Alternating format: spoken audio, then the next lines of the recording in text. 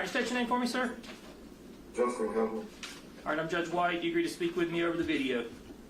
Yes, sir. All right, I'll make you aware that Tanya McCullough with the Anderson County Sheriff's Office, as well as the media, is present for your hearing. Give you a chance in a minute if you wish to make a statement to the court. Now you have 3 general sessions charges, one for domestic violence first degree, which carries up to 10 years in jail, one for assault and battery first degree, which carries up to 10 years in jail, and one for possession of a weapon during a violent crime, which carries an additional 5 years in jail. Those are if you plead guilty or if you're found guilty. They all have an initial appearance date for August 11th at 9:30, and that's at the Anderson County Courthouse.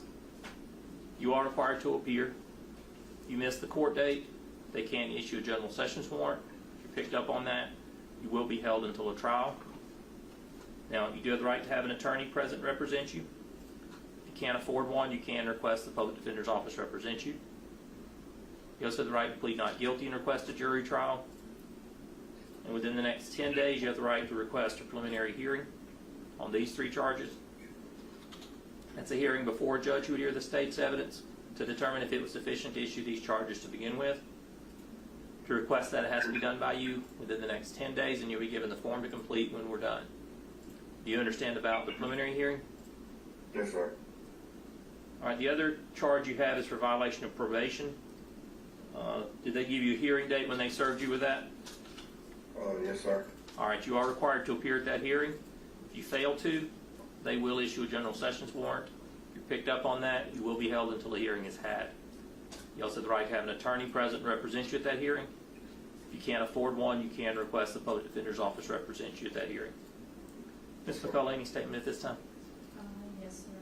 The victim for the DV charge, she wants you to know that he is already out on bond or probation for the same type of charges, and that if he gets out, she fears for her life and safety. She feels that he actually meant to shoot her instead of the other victim. Okay. All right, Mr. Copeland, this hearing is being recorded. It can be used later against you in court, but do you have any statements you want to make to the court at this time? Yes, sir. Okay. All right, you are going to be ordered to have no contact with either victim.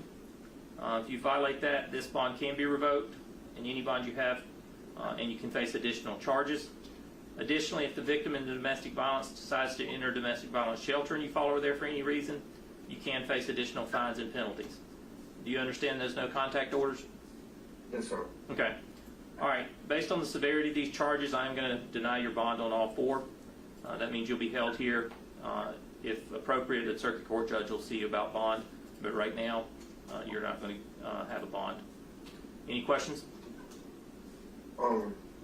Just like one